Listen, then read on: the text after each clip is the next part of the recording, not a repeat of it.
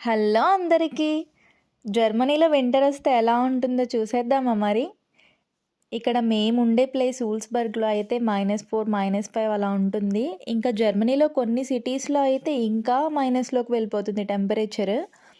So, ఇలా మొత్తం చెట్లు, ఇంకా రోడ్స్, హౌసెస్ అన్నీ కూడా ఐస్‌తో కవర్ అయిపోతాయి. చూసారు కదా! చెట్లకైతే ఒక్క ఆకు కూడా ఉండదు.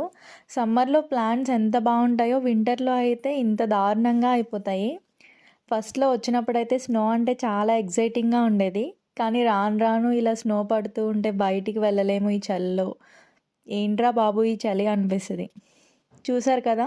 జర్మనీలో వెదర్ అయితే వింటర్ వస్తే ఈ విధంగా ఉంటుంది.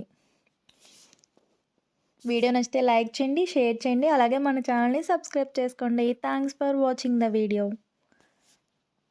ఇలాంటి మరిన్ని వీడియోస్ కోసం పక్కనున్న బెల్ ఐకాన్‌ని ట్యాప్ చేసేయండి.